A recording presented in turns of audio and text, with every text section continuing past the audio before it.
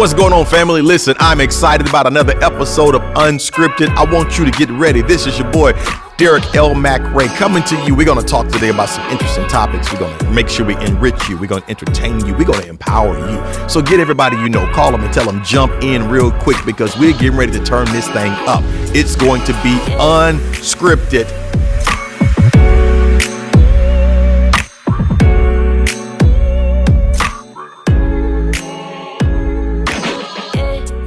What's going on, family? Listen, welcome to season 2. That's right, season 2, another episode of Unscripted. I'm excited because there's so much that we have planned for you in season number 2. Last year was a tremendous success.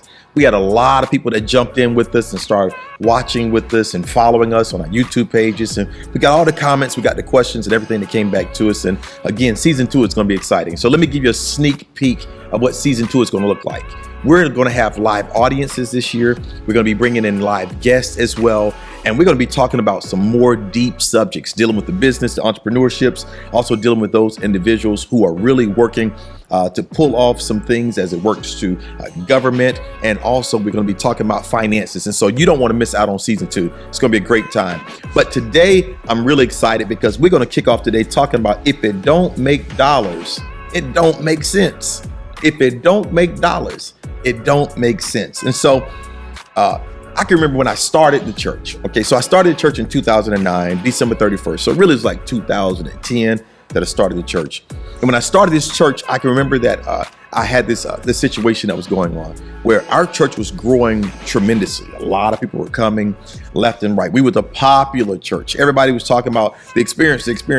Once people finally got over the crazy name, then they started saying the experience Christian Center. And people were coming from east, south, north, west, all over coming to the church. But while we were getting a lot of social media push, we was getting a lot of different people talking about us, sharing us. Wasn't getting a lot of help. And it taught me something because most people focus in on, as it relates to the church, of being a place of worship and not a place of business. And the truth is that most churches close down because they stay focused on the place of worship and they deny the place of business. So while I was having a lot of hype, I didn't have no help. And it brought me to understanding that there are certain things that have to make sense. And I'm talking about the dollar figures as you move forward. And so today I'm excited. I want to bring in my guest today, a dude that I've been knowing for a while, man, like an upstanding dude doing some great things in our community. Really proud to know this guy. If you find something working right, he's usually somewhere around it. And he's a real down-to-earth dude. And so I'm happy today to bring to you my friend, my brother, Mr. Harold Mills. Mr. Mills, what's going on, man? Bishop, I'm so glad to be here with you. Man, I'm glad to have you, man. How's everything been going with you? I've been well, kind of busy. That's always. But you know, I can't complain too much, you know? That's good, man. I've been blessed, that's for sure. Man, when we was thinking about season 2, and we was thinking about having this episode talking about if it don't make dollars, it don't make sense. Yeah. The team was talking to me about who do we want to bring on? And you were the exact first name that came to mind. I said, Harold Mills, one of the most phenomenal businessmen that I know. And I'm really proud of the accomplishments of what you've done and the examples that you've given to our community. But what I want to do today is I want to dive a little bit deeper into this discussion about entrepreneurship from the mind, the lens of Harold Mills. Okay. So when you think entrepreneurship, what kind of comes to mind to you?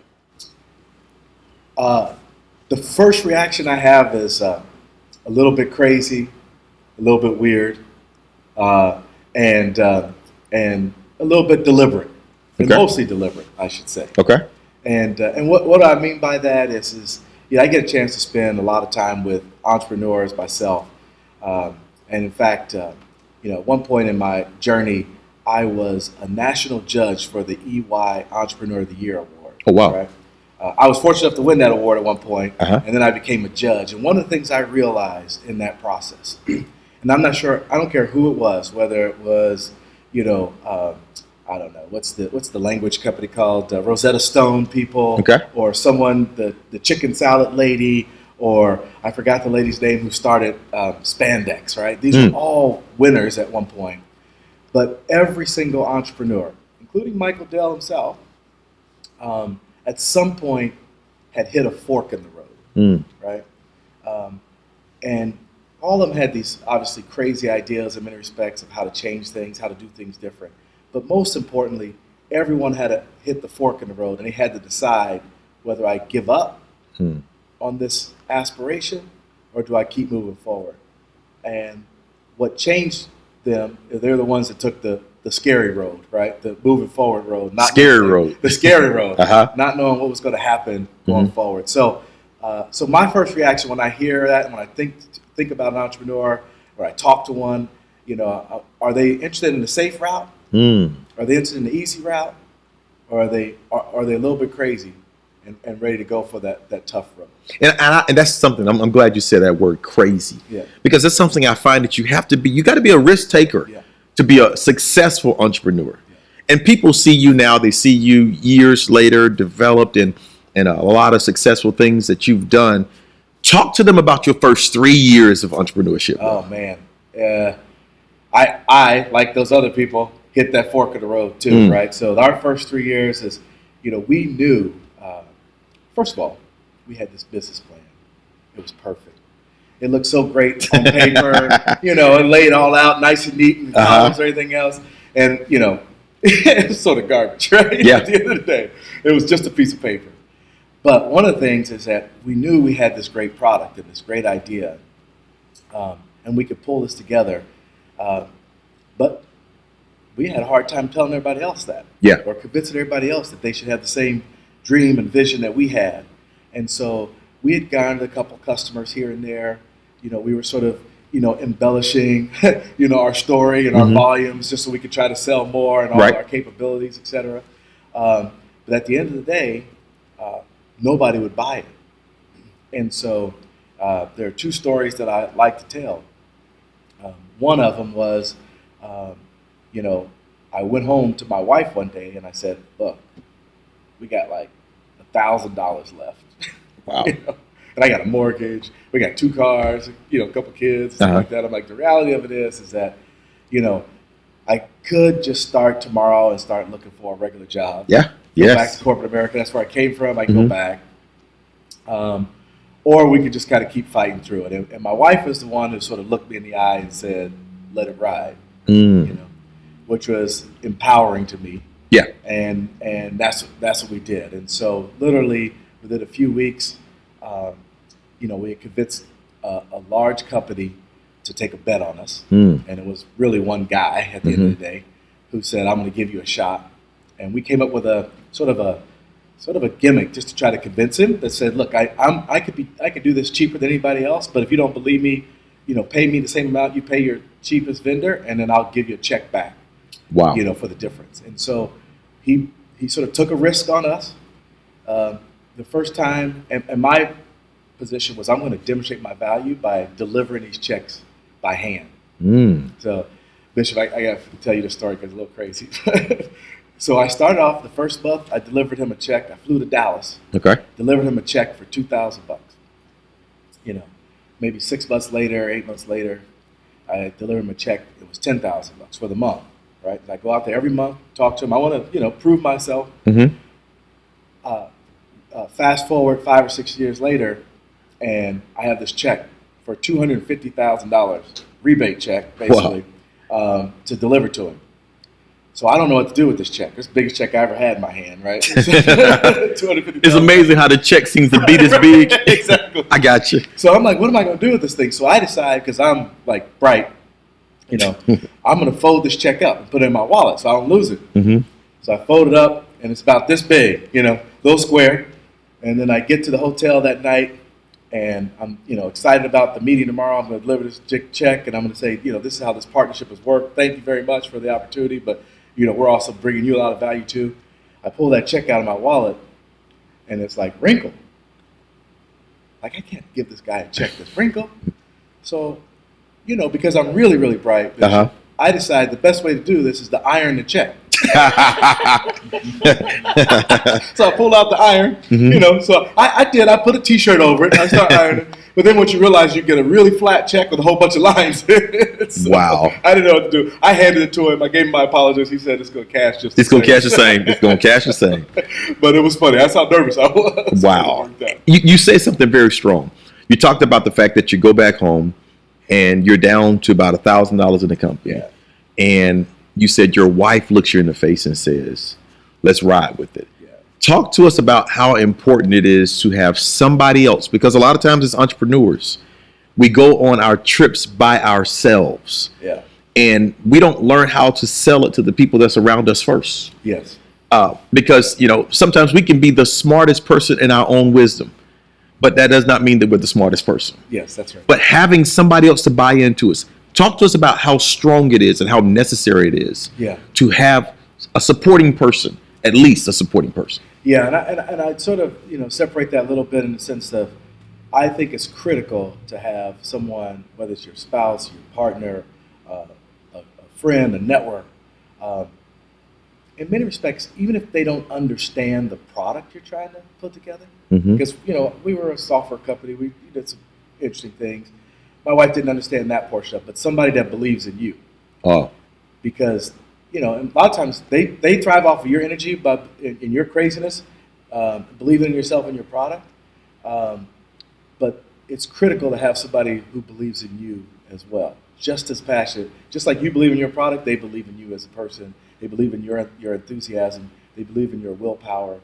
They believe in your can-do attitude, your ability to fulfill this vision. So entrepreneurship kind of should have characters. Yes. You got to have some kind of track record and patterns. And I think that's sometimes the fear, especially now we're talking about a generation now that is real big in, I'm going to do it my way, how I feel like doing it, whenever I feel like doing it. And it's not always charted. Right. Sometimes it's all over the place. Yeah. And, it's one thing for you to be all over the place. But for those who are potentially buyers or those who are investors or those who are coming into business with you, talk to us about what the mentality is when they're on the other side trying to set up an agreement with the person who's proposing this business plan to them. Yeah, so I would say two things. One is when you're thinking about a product or service you're trying to sell, particularly to a business, you always have to think about it in terms of them. And particularly in terms of a given problem that needs to be solved. And so sometimes that's talking to them in terms of, first of all, understanding what their issues are, understanding what their problem is. Because if you're not solving a problem, then it's kind of, what are you doing here, right? But when you take the time to understand what their problem is, then you kind of understand what is it that they want to hear, what are the trigger words, what are the trigger points that they want to hear that convinces them that you could solve their problem. The second thing I would say is on the other side of the table as a buyer, your number one job at a corporation, it's not necessarily to save money. It's not necessarily to prove efficiencies or whatever it might be. Your number one job as a buyer is to minimize risk. That's why it's hard for entrepreneurs and startup companies, smaller companies to get in, particularly large corporations. It's not so much. Sometimes it's not because they don't believe in you or your product, but what kind of risk might it introduce to their company? And that's their first thought. So as an entrepreneur, you need to think about that, right? So what can I do to make this buyer feel safe? What can I do to help them think my idea, my concept is not as risky as they may believe it may be? And that might be starting with a pilot, starting with an experiment. Obviously, it includes oftentimes things like references and customer references, those types of scenarios. But it's all about how do you minimize the risk, or at least the perceived risk, from a buyer's perspective. And I see a lot of entrepreneurs when they're first starting out, they do a lot of discounts. And I heard you say that you all basically almost gave your product away for free when you started to get yourself into the door. When do we know to stop being so discounted? Yeah. So a couple of things. One is that I actually got my full price. It's just that my price, because my business model was different, my price was a lot less than what they were charging, what my competitors were charging. Gotcha. Right? Okay. And so, again, sometimes you do have to discount to get in the door. It's better to talk about value from the very beginning and the value you're delivering to your customer, because then when you are in this place, whether it's 2 months or 6 months or a year, or the next contract, Mm-hmm. you really want to be able to get to your full price by demonstrating the value delivered to the customer. And that means if you understand, to the earlier point, if you understand what problem you're helping them solve, Yeah. then you can understand how much money you're making them. So I can tell you, one of my big customers was IBM. Okay. And I would always sort of annoy my buyers. I mean, it was out of love. They loved us eventually, but I would translate our service to the impact on their stock price. Okay. Right. Okay. And it was like, God, he's right again. You know what I mean? So when it came to me asking for a price increase, right, whatever I needed to do, they understood what that meant because of the ultimate value we were delivering to them. And candidly, That's all good. of it made them look like heroes. That's good. That's good. Shifting lanes a little bit. Talk to me about the biggest sacrifice that you remember having to make as an entrepreneur. What's the biggest sacrifice you kind of had to make? It's an interesting question. People tend to think in terms of phrases like work-life balance and those types of things, and I would probably say that I never thought of my time in terms of a work-life balance. They were always the same to me. Okay. There was a convergence of those way back when, right? And what that meant for me is I don't know that I felt like it was a sacrifice. It was just basically ultimately where I allocated my time. Mm. So, I have 3 kids, and I never missed any sort of big birthdays or anything like that. If they had a musical show at the school, I maybe not gone 4 nights, but I at least made one of the nights. Those Gotcha. types of scenarios. And even traveling. I travel internationally a lot. And sometimes I'd be gone for 2 weeks straight or whatever it might be. I never really felt like it was a sacrifice because when I got home, I was going to allocate other time to other priorities that I wanted to try to address, whether that be family or other things. But I never think about it in terms of trying to balance 2 different things. It's just who I was, right? This work that I was doing was part of who I am. Just like being a father was part of who I am. Just like being a husband was part of who I am. And you do things differently in any given hour of the day. That's good. That's good. When you think about this, there's a phrase that is often used, especially for entrepreneurs: work smarter, not harder. Yeah. What do you say about that phrase? Work smarter. How does an entrepreneur work smarter and not harder? Yeah. Look, I think they talk about the Japanese spend 80% of their time planning and 20% of their time doing it. I'm not sure if those numbers are the right thing, but if the more planning, the more homework you will put into it, the smarter you work, right? And also, and this I will tell you, you and I are what are we? We're Gen Y or something. Am I Y or X? I'm Y. I'm Gen Y. You're Gen Y. I'm Gen Y. Right. How old am I? 40. Yeah, that's what I meant. That's what I am. Yeah, Okay. 40 something. Yeah. You're younger than me. That is the truth. That's our little going joke. Yes. But the one thing I learned from millennials and then the Gen Zers, right, is that this word collaboration comes so easy to them. Yeah.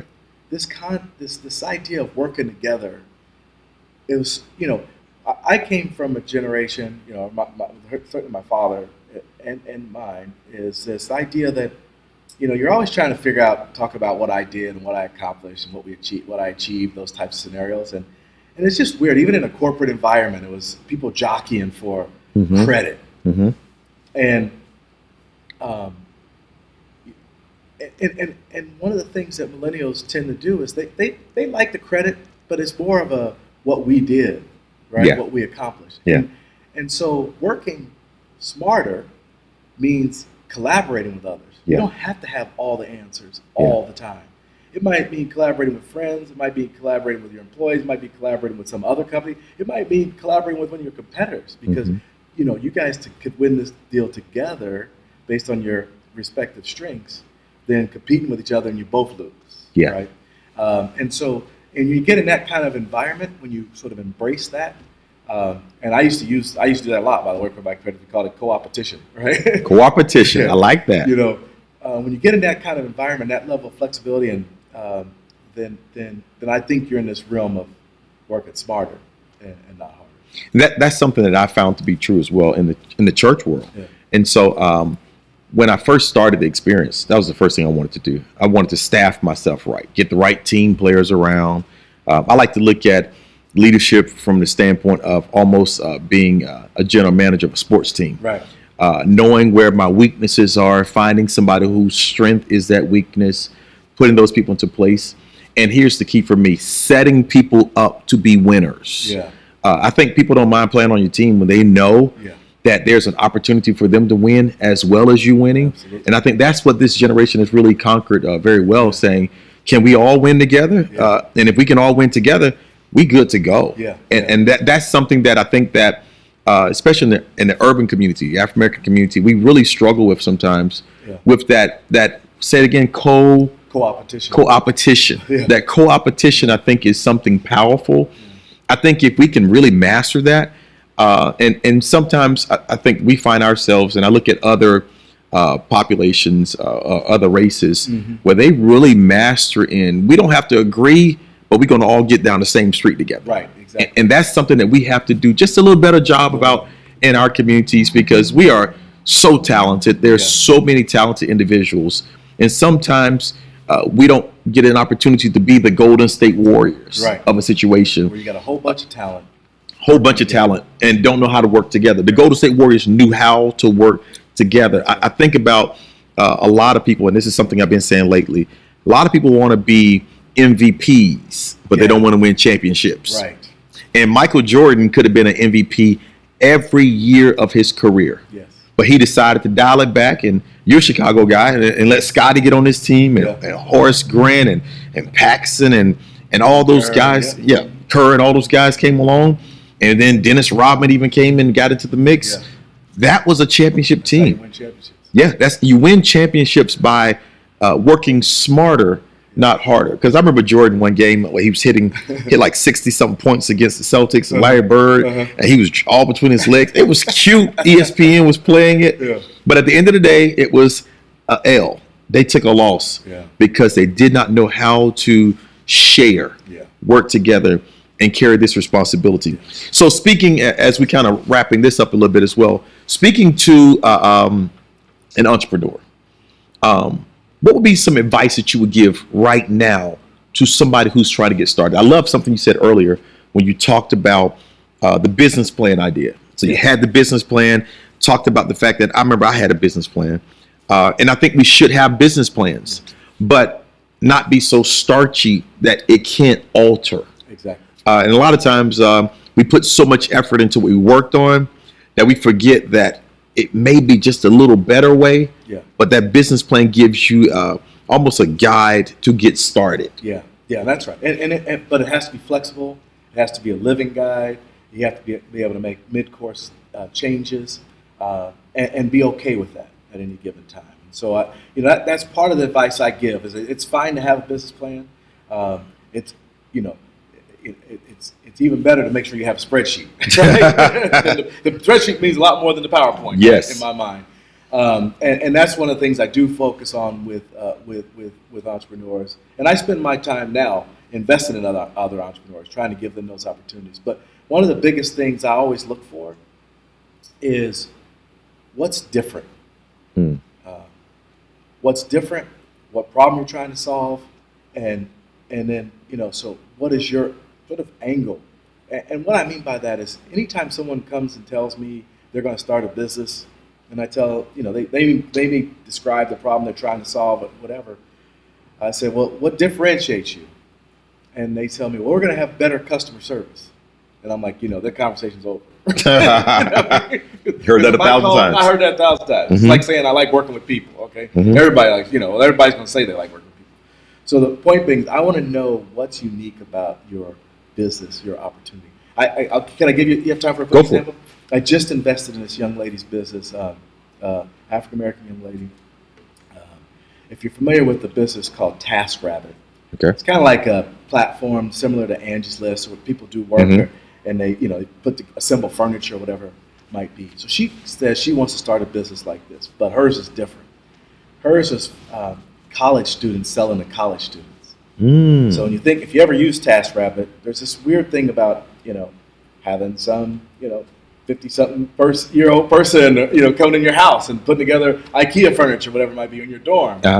In this scenario, it says we're going to keep it safe by having college students work with college students. And so whether you do hair, or whether you put together furniture, or whether you have time to walk dogs, or whatever it might be, right?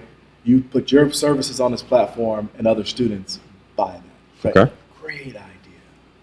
Great idea. So she's in the middle of building this platform. She's got it launched at a couple of universities, and we're going, trying it out, piloting it right now. And then the ideal, she'll wind up expanding it. But that's what I mean by solving a specific problem, safety, concerns, and coming at it a unique way with, this sort of students selling to students kind of model. Those are really, really good ideas. Yeah. Right. Nothing to do with I'm gonna have better service, or my app is gonna navigate easier than somebody else's. That's not the point. Gotcha. I like that, and I love to say, in order for you to be outstanding, you have to stand out. Yes. In order for you to be outstanding, you have to stand out. You have to figure ways for you to be that visible element. Yeah. See, even above everybody else. You're that much more articulate than me. That's a good one. See, there you go. you can have that one too, okay? Because I'm taking a few that I grabbed from you today as well. Man, on the downside, biggest regret. Biggest regrets. Biggest regret.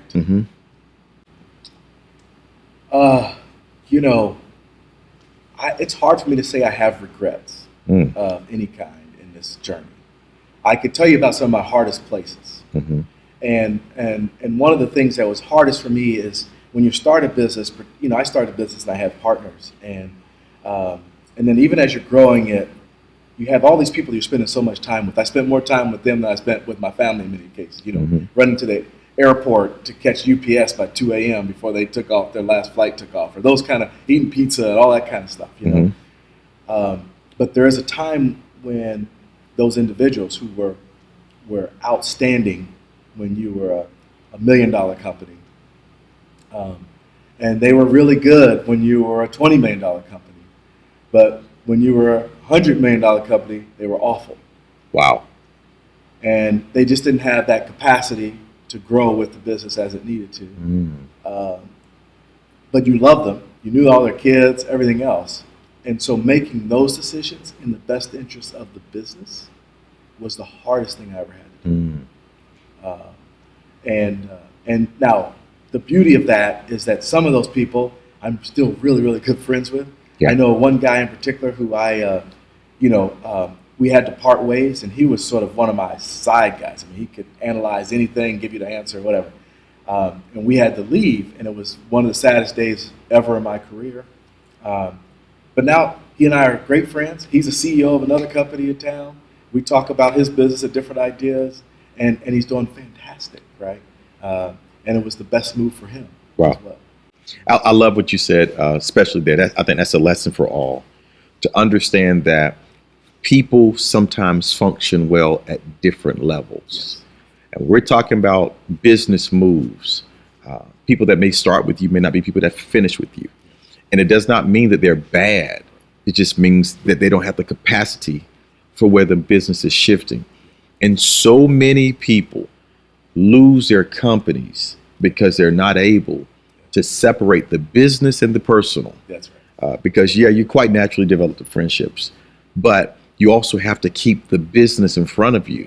And if the other person is truly dedicated to the business as well, they understand that there are some places that just outgrow them. Yes. And that's real friendship. That's real friendship. When you can know that it outgrew me, this was great, but I still want my friend to go further, even if it did not include me. That's right. Man, I really appreciate you today, Harold, for everything. Again, one of the most intelligent minds that I know of, man. And you're really doing some great things. When you call, it's like, what we doing? I'm open for it, and we kind of go from there. And so it's really good.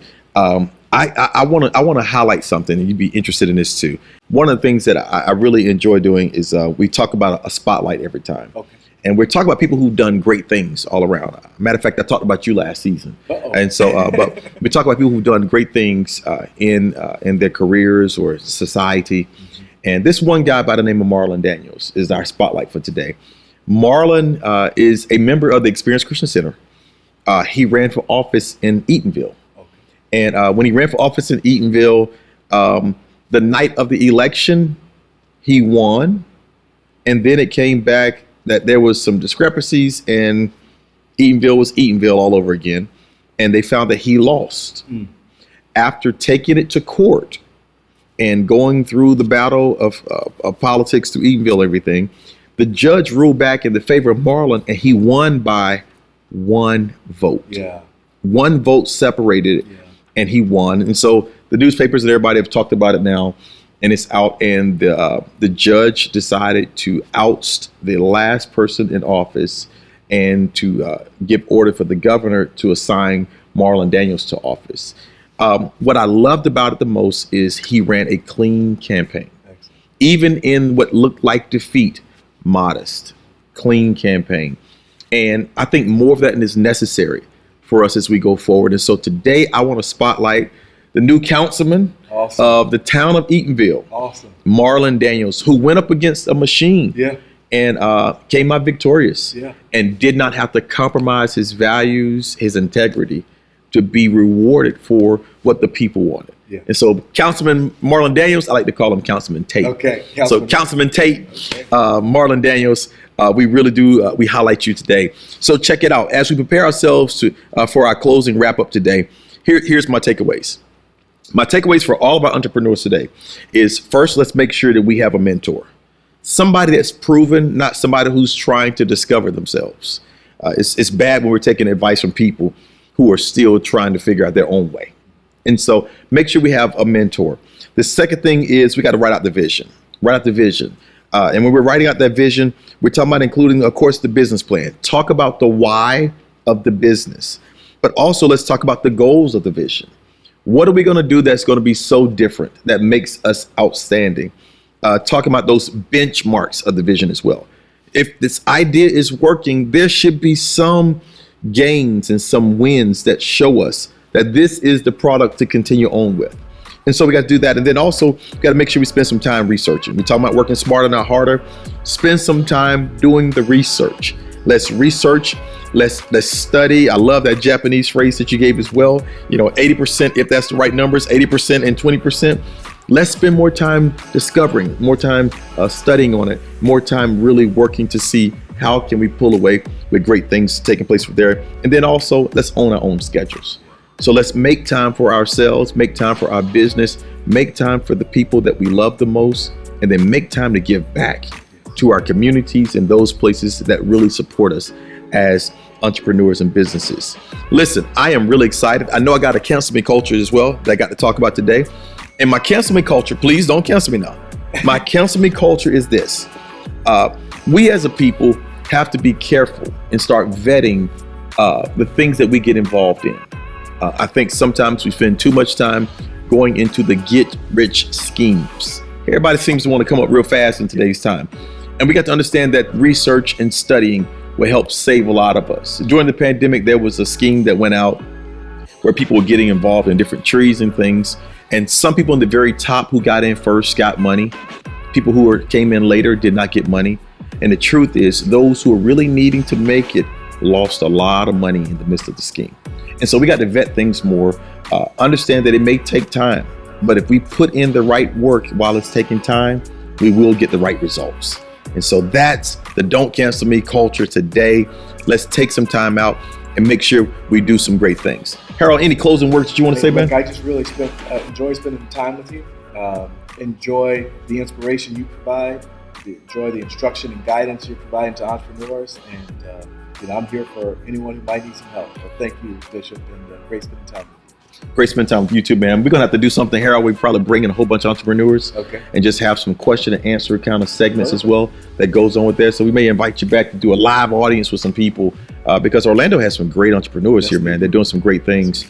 And we're always looking for guidance and leadership there. Perfect. And so again, thank you all. Again, we're back in season 2. If you are a new person, I want to say thank you so much for joining in with us. Make sure you go over to the YouTube page and go ahead and like us.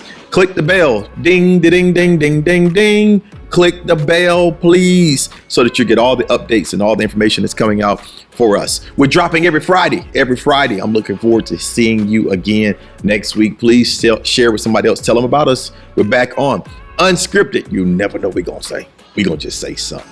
All right. Love y'all. Peace. Holler at you next week.